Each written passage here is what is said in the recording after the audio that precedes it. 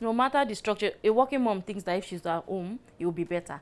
A mom that is at home thinks if she's outside, like working, it will be like. But one thing I would say is partnerships are also very delicate, right? Especially from the beginning, because you have to define things. So for a partnership to succeed, it's very important that from the beginning there should be clear terms. There should, as you go on, I say take it one day at a time. Yes. Prioritize when you can, and Are you ready? Let it burn. On this podcast, we're about discovering yourself, thriving, and empowering you. As parents, as mothers, we have to build ourselves up to be able to parent effectively whilst we thrive. Welcome to Alpha Mama Podcast. Hey Mama, welcome to the Alpha Mama Podcast. It's Yejide Oba, and today I'm talking to Bola, who is a mom, a lawyer, and she has her own business. Today we're going to be talking about balancing work and life as a mom. Welcome, Bola. You look very nice. Thank you so much. Very, because of you now, the way you look, if I want to work in the office, I just want to like have this type of dresses and just look good, like just look like a official lady. Thank you so much. You look very nice. You look beautiful. Oh, yourself. thank you. Oh, thank you. Welcome. You know what it took? I had to send somebody to come and help me beg you. Your busy schedule, and today I know that you have something to do, but thank you for making our time to be here. Thank you so much. For having me. I brought you to this room, like, let's chat, because I want to know how you do it. Like, you're a mom. You are a lawyer. You don't even have a business, like private and now your private party, say it's not just like, how do you do it? How do you balance it out? First of all, thank you for having me. I'm honored to be in this kind of podcast. Oh, thank you. Because mothers like us that work hard Yes. to manage both our families and work, there's not so much attention to that aspect. So I want to appreciate you first of all. Thank you. Oh, thank you. Talking about work-life balance, I would say it's not easy for any mother, irrespective of your setup, because you have your children on one side, your family on one side, which is priority to you. Yes. And you have your work life, your career, which you've built for so many years, even for some people before they got married. Yes. So both are equally important. For me personally, I would say what has helped me is leveraging on my support system, right? Not everybody has, a grandma, a grandparent, or somebody to always support them. But the little people I have around me, I try to lean on them when I need to lean on them, without necessarily being absent, for my children. I try to also negotiate some of my works on which I can take and which, which can wait, basically. So, for me, it's basically leaning on your support system and trying to have a structure. So that's So structure, you say we should have structure and lean into accepting help from your support system. That support system, it doesn't have to be that your grandma is around or something. You can create that. Yes, exactly. We can create that, and we should lean into it. Okay. Now I want to ask you, what are the challenges you faced? Like, you were a career woman before you became a mom. Yes. What were those things that, when you became a mom, the challenges, like, you were like, wow, I didn't know it would be like you struggled a bit with, and if now you are like at the other end of that, like you like other side now, you are not struggling with that as much, or you're not struggling what is it, and how did you stop struggling with that? Okay, for me, I think the first shock I got, I was initially, before I had my babies, I was doing a 9 to 5. I just started my, my personal law practice, not in the way I do it now. Okay. So the first shock I have was translating from maternity leave back to work. Okay. Because there's always maternity leave where you go and have your babies and all of that. But after having your babies, and you have to breastfeed for amount of time, and then you have to resume work. So do you leave those babies at home and just forget them and go back to work? Exist. So I had my daughter in 2020, the peak of COVID. So that was very challenging for me. Initially, I had my husband's mother who was assisting, but she passed away. Oh, sorry about that. So the major challenge I had was, how do I go back to work without abandoning this baby or leaving this baby in the hands of a nanny, right? What helped me was I was able to negotiate with my then bosses to ask for how we can balance working from home, take up more responsibilities, but let my absence in the office not necessarily mean absence from work. So that was how I was able to overcome that. Now with my second baby, right, the same issue came up. Wow. Right, this time I'm still doing a 9 to 5. My business is bigger. How do I handle this new baby and transitioning back to work? So I had to prioritize and say, okay, for me personally, my family is important. And since I had built my business to a certain level, I had already mentally prepared, even while I was pregnant, that I might have to maybe cut down some of the responsibilities I was doing to find a balance. So there's no hard and fast rule, to be honest. I feel like you have to lean into your own structure. You have to take advantage of what you can take advantage of, negotiate when you have to, but still try to keep both ends working. Sometimes you have to cut your responsibilities at work, so that you can lean to have more time for your family. Because your presence in your family, for me, my presence in my family is important. Likewise. And sometimes too, you have to just accept help. For me personally, I don't have a my parents are far away. All my siblings are not in the country, so it was a struggle, right? So I had to get nannies, right? I had to lean into that. But I also tried to set up a structure where there are cameras, where I can easily check up on them to make sure that even though I'm focusing on my business and work, I still have some form of way to supervise what's going on at home. So that's the boat I'm in currently. I feel like it's never easy, right? Because as a mom, you're always very concerned about your children. You're always very concerned about your family. You always want to keep that balance, but at the same time, you also have to keep your career going. So as you go on, I say take it one day at a time. Prioritize when you can, and trust God as well. Also look after your kids when you're not there. So and the thing is, you just said something. The worry part will always worry, and no matter the structure, a working mom thinks that if she's at home, it will be better. A mom that is at home thinks if she's outside, like working, it will be better. Everybody always worries. Moms always just has a way. We always just have a way of feeling like no matter what we do, like there's always more to be done. Now, this is taking me to. There's one word you've been using since. I know the meaning. I know the dictionary meaning. The structure. What are the ways we can create this structure that you have said it twice or three? In fact, about 5 times. What are the ways you have created structure in your life, like in the home, to help you be a thriving mom? So I think when I say structure, and like you said, it's about planning. It's about finding your rhythm and what works for you, right? My structure might not necessarily work for another mom. But I've sort of, in a way, been able to find my rhythm that works for me. Sometimes it changes because as children grow and as your family expands, the needs change, the rhythm changes. So for me personally, I would say one way I found structure is by understanding, first of all, my family setting and understanding my children's needs. So for instance, my first daughter is grown now, so she goes to school in the morning. So I know that as a mom, I need to be present for her. Wake up early, supervise, okay, her food is ready, school bus comes, take her to school. And I know that I have quite some hours to myself during the day. So that time I'm able to work, I'm able to do my business, I'm able to do other things I need to focus on.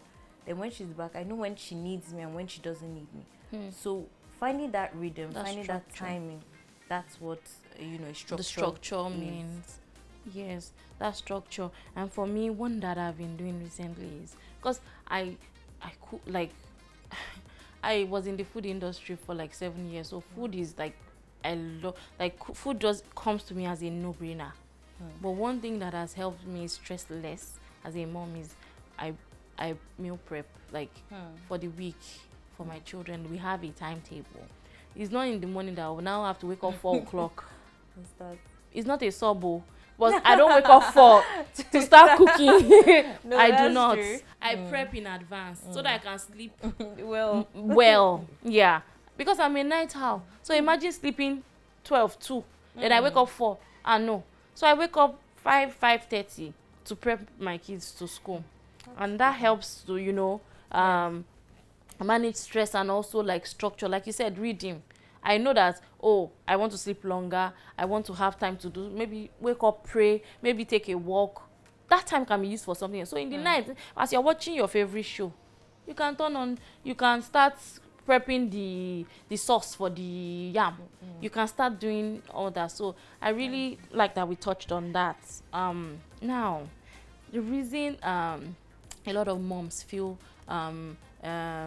stressed, all moms feel stressed. That is a very fact. true. All 100%. moms. The only mom that is not stressed is a mom that is not a mom. Maybe you left the children, abandoned them, and so you will not stress in that regard. Sure. But all moms, especially moms that want to do good for their families, we all stress. Now, how do you bring self-care into your life? Self-care is mental, is physical, is psychological. How do you care for yourself? Because as you're caring for others, you need care too. We need care as moms. We need to be taken care of. And sometimes because we're in the position to nurture, we do not take time out to put ourselves, like, because people might not even remember that you need to go and sleep because they just assume you know what to do and you're on auto already. How do you make that? Because you, even looking at you, I can tell that you are well taken care of. you are and I know that it is intentional. You look so good. You look zen. You look put You together. too. See you. Like, I know that it takes intention to, be zen, look good. Because if we want to look according to what we are going through as moms, hey God, hey God, you will not look like this. How do you make out time to, in your own life, what do you do to care for yourself? The woman that nurtures, that takes care of her family, that plans, that does everything. Like, even if you are not the one washing the plates, you are the one that makes sure the soap is there. There's a lot of work, mental, they call it workload, brain load for moms. Like, even when you're not doing anything, it looks like you're just sitting down, but there's a lot going on in your brain. How do you do that? Okay, for me personally, like you said, I believe that self-care is even part of your nurturing your children, because your inability to take out time for yourself can easily make you burn out. Yes. As a mom, it's very tempting to always want to focus on, is everything all right? Let everything be perfect. Let my children be well taken care of. And ignore yourself.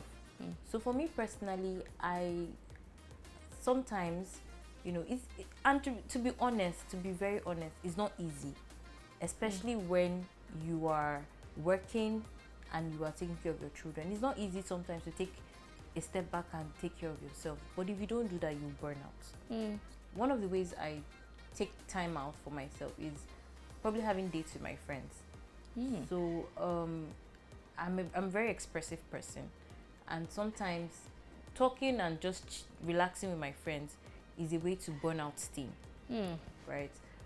Talking about it doesn't have to be something serious. Yes. But being able to, just for a moment, just switch off from my responsibilities and just Being talk yourself. and relax. Yes. So it might be a short date, it might be a play date with the children, it might be swimming, it might be one or two activities. But in a situation where I can just be myself with my friends, talk about social media, talk about things that don't even concern us. even concern us. So I like, think that's self-care to me. And beyond that, even having time to make my hair, having time to just take care of yourself as a woman, things you used to do before that probably motherhood would Take not away. Those are some of the ways that I'm able to relax and take my mind off those responsibilities. To be honest, combining it is not easy. It's not. But I feel like it's part of nurturing so that you don't burn out while taking care of your children and while taking care of family, and also while combining work and business. And work and business. And I like that because you've said nurturing yourself is caring for your family. You said that, and you said that again, and it's making me think actually, that when we do that, because people will just say, why is it so important for you to chill? Like, why are we making a topic out of this? Well, it's because when you are, even if you don't want to do it for yourself as a person, when you are good enough, like, your family becomes better. Yes. You can't pour from an empty cup. Very true. You can't pour from an empty cup. Yeah. I know that boundaries are very important in creating work-life balance. I know, because I'm in my boundary era. I used to never, I used to have boundaries, but now I don't know if it's extreme, but I have boundaries. I'm talking about boundaries with friends, extended family, when it is accordingly, right? Boundaries with even team members. How does that come to play in having balance with work and family time? Okay, that's an excellent question, because as a mom, as a business person as well, and as a worker, it's very tempting to always want to share. Exciting things happens in your family, you want to share with everybody. So you have to always be conscious and not overshare, especially as women. When you get familiar with the person, you start seeing the person as a friend, even when it's in a work setting. Or they start seeing themselves as friends. We are acquaintances. And it's tempting to say, so I would say, always, you never go wrong by keeping it professional, especially at work. If you know that you're working, this is a client, like you said, boundaries. It's important not to overshare. One of the ways to water down your boundaries professionally is oversharing. Okay. You need to understand that your people you work with, people you do business with, they're not your friends, right? They are your clients. That doesn't mean you shouldn't be nice. That doesn't mean you shouldn't be cordial. That doesn't mean you can't share be friendly. That doesn't mean you shouldn't be friendly. That doesn't mean you can't share experiences. Okay. But you need to also draw the line to know that this is not my friend, right? This is my colleague. This is my boss. This is my co-worker. This is my business partner. Don't try to overshare. Okay. On the flip side, as a mom, as a homemaker, you also have to be careful. And as a lawyer, speaking from my own experience, yes, we are open to client-sensitive information. Okay. Right. So one of the boundaries that we keep, because we're under oath to keep whatever information our client private. You have to also be conscious not to also overshare your work with your family. Okay. Because even you have even to your husband. Well, even you your can't husband. do pillow talk with my thank. So now I can come and hire your services. You will not tell your husband my deepest secrets. It's an oath of confidentiality. Yeah. Your clients trust you with certain information. Yes. Sometimes it's in numbers. It's as good as this. Your client is you're exposed to your client's financial status. Yes. You're exposed to your client's deepest secrets. Yes. You have to still try and maintain that boundary, at home as well. So it's that consciousness that don't bring work into the house. Yes, don't bring exactly to draw the line, especially in terms of oversharing. That's one way you can draw your boundaries. Another way you can draw your boundary is let work be work. Yes. And let your house be your house. It might sound like having a dual personality. Yes. But there's certain courage, there's certain professionalism that comes with working. And as a mom, it increases your, I won't say respect, but it increases the way your clients will regard you. We're in a society where, as a female entrepreneur, it's easy to be, you're not taken serious. We're going to so that. If you water down that, you can bolster that impression by further being very unprofessional in your way, in your speech, in your words. It also affects your business. So you have to also that affects your money. And anything that affects your money it shouldn't be taken It lightly. shouldn't be taken lightly. So you need to always keep that professionalism in terms of work, in terms of business, and at home you can now be, cordial. You can be easy with your family. It also helps you mentally. Okay. Thank you. Thank you so much for that. Now, I have this question. This question is somehow like personal for me. Women in the business, I feel like because of your work, you deal with men and women in business and even professionals. Very true. Like you have relationships with everybody. What are the things, the ideas you can steal from the men to give us? How do they run their business? That is something that we can copy. What are the things they do that we can copy to be better as business owners and to thrive? We're not trying to hurt anybody. We just want to learn. Okay, I would say from experience, one thing I've noticed is that women do very well in business, first of all. Yes. But women also lack the understanding of structure. And I'll tell you why I say so. You see, for men, when men get into business, they're not always very into making the money, fast profits. They're more into building a legacy. They're more into building a structure.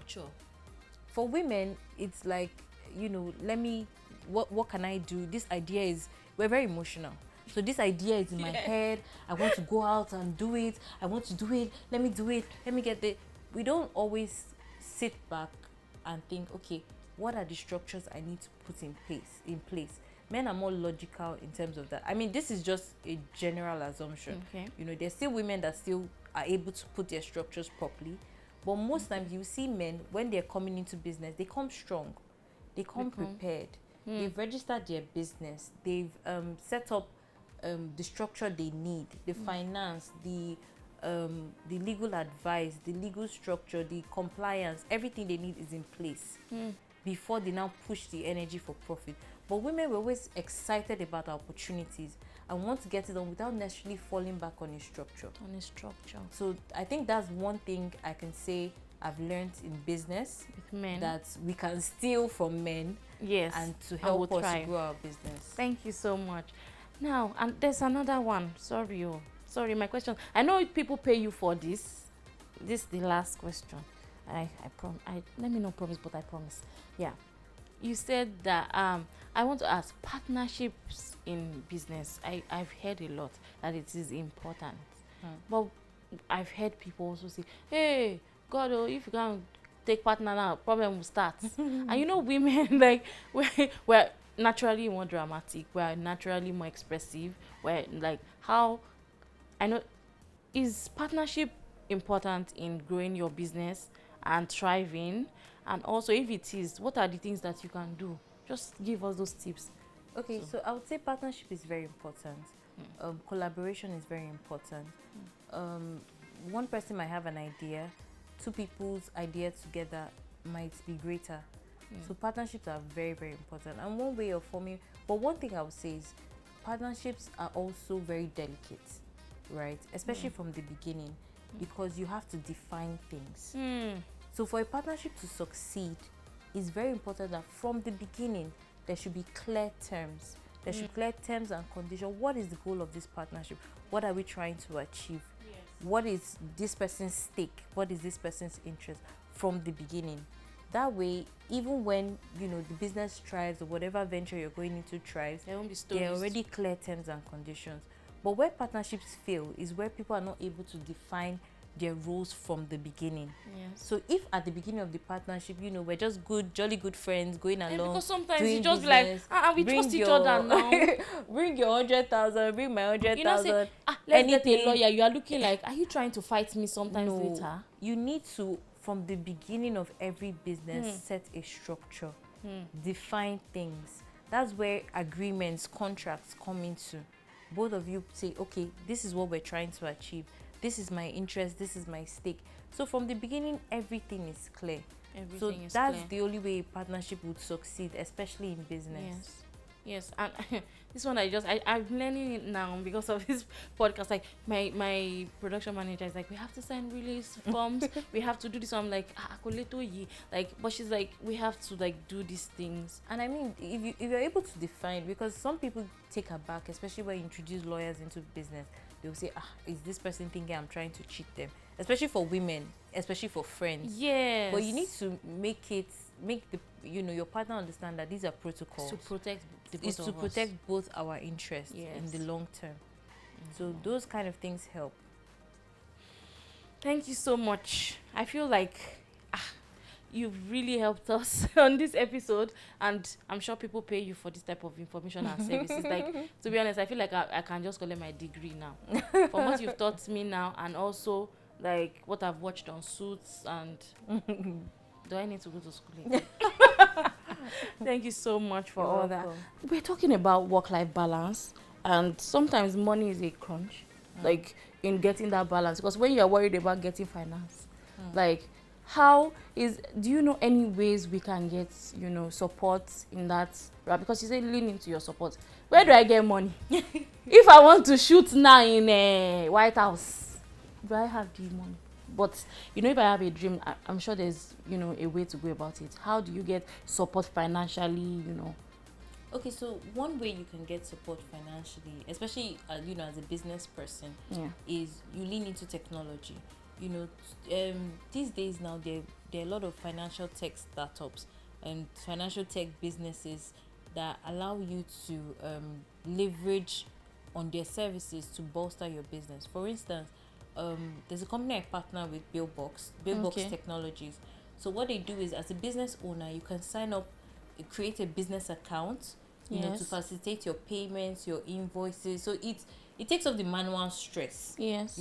Paperwork, facilitates your payments in terms of your invoices, your payments. And then if you're a business person, for instance, and you're a supplier, for instance, and let's say you've supplied some products to your customers, but you're having financial challenges in terms of waiting for the person to make payments while you're able to, restock on your goods and sell it back. So what Billbox allows you to do is it provides financing, the immediate financing you need to be able to, get on with your business even while your supplier is delaying payment. So when that payment comes in, you're able to give back. It basically facilitates your business payments. So as an entrepreneur, a mompreneur, like mompreneur. Yes, you're able to leverage on services like Billbox Technologies to be able to facilitate your payments, to be able to bolster your business. Billbox. Yes, they will help us, but you have said it like 3 times. You mentioned you people will have to pay. You people will have to pay us here. Billbox, help us. We need help. It's an amazing initiative. I know that has helped a lot of businesses. Yes. So and you guys, well done. Thank you. Well done. Thank you so much. You're doing good work. Thank you. All right. Now we're at this juicy part. Okay. It's time for drum roll. I think you know already. Mom moments, right? Yeah. This is the part. Let me introduce you to our guest. This is the part where see how you like, girl. This is the part where I read the comments of some moms on the internet, and I want to see your first time reaction. Like, the first one says, I told my boss I needed to leave early for a family emergency. I meant my toddler's meltdown because I wouldn't let him wear pajamas to the grocery store. Okay. That's typical toddlers. Like, and the boss will be worried. That was going on. Like, up there, you just like, yes, we are we thank God. We thank God. Now, the second one says, being a working mom is like being on a conference call while trying to keep a toddler from turning the living room into a crime scene. I can relate 100%. Like, when I first saw that, I was like, story of my life. I can relate, especially I do like board meetings and all of that. Sometimes I'm working from home, my daughter is screaming, I'm in between muting and unmuting. In and out. Hello, what's are happening? You there? Barrister, are you there? And I'm like, oh, good day, sir, I'm here, sir. I'll mute immediately. And they do not care. relatable. And they do not care. They do Oh, not no. care. So you can't control toddlers. Like, how would you say don't express yourself? They will express themselves. And that's it. I have news for you guys. I didn't know how to say it at first. So let me balance. Mic check. 1, 2. Yeah. Alpha Mama Podcasts has news. It's not bad, but I don't know how you feel when I tell you that this is the final episode of this season. I know. I'll miss you guys so much. What am I supposed to do with my life now? But I'll be back, hopefully soon, very soon. Thank you so much for coming today. Thank you so much Bola, for having me. it was beautiful chatting you. Thank you for the advice, the insights into the life of a working mom, you know, that has businesses actually, and how you've taught us how we can balance it. And you didn't just teach us, you shared your own experiences, and now we know that the fact that you look like you don't have any problem. You look very professional. It shows us that whatever we come across in our lives as moms, like, we can still thrive. We can still do it. We can do it. Whatever you choose to be, you can do it. And this is going to be it for me. I'll see you next season. You miss? I'm still Yejide Oba. Yejide Oba, Aya Oba, Iya Oba. I'll see you next time. Hey, Mama Sita. Bye. Are you ready? Let it bounce.